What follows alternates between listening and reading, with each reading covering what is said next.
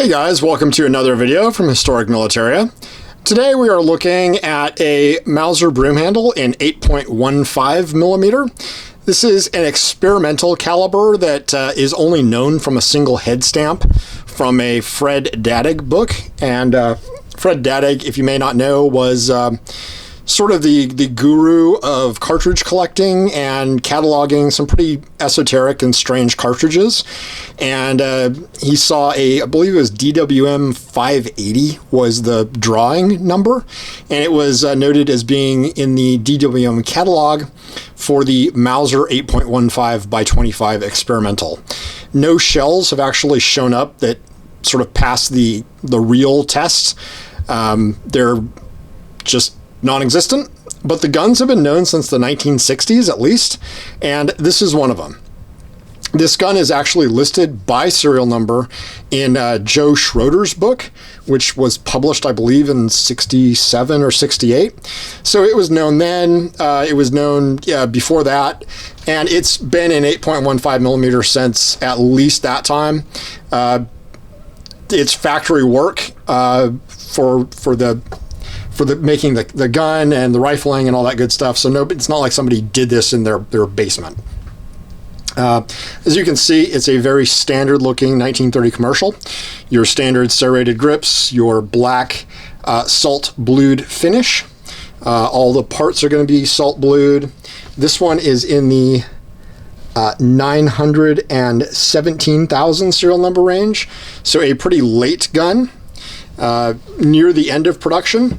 I've seen others a little bit earlier in the 895,000 serial number range. I think we did another video on one, actually. I'm blanking on it. There's been a lot of broom handles that have had videos done on them. This one is in pretty nice condition. It's got obviously some use, which is all the more interesting since no shells have shown up for it.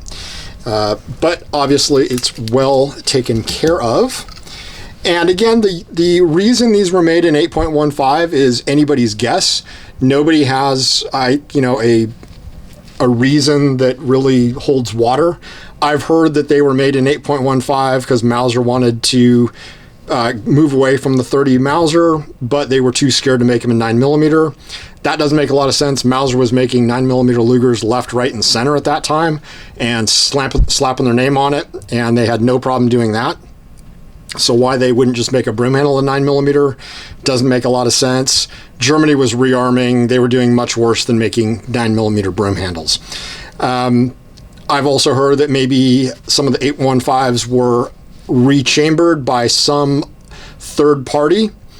Who and why is a complete mystery, and also who and why would put the effort into doing that is a mystery, especially with the amount of work that it would have been to chamber one in 8.15. So that doesn't make a lot of sense either, and obviously it would have had somebody with a lot of know-how and a lot of technical skills and access to some pretty specialized equipment, which not everyone had in Germany at that time. Why you wouldn't just buy a gun off the shelf in a caliber you liked or have Mauser make it doesn't make a lot of sense. But these are just sort of the mystery of the Mauser world, and this is one of them.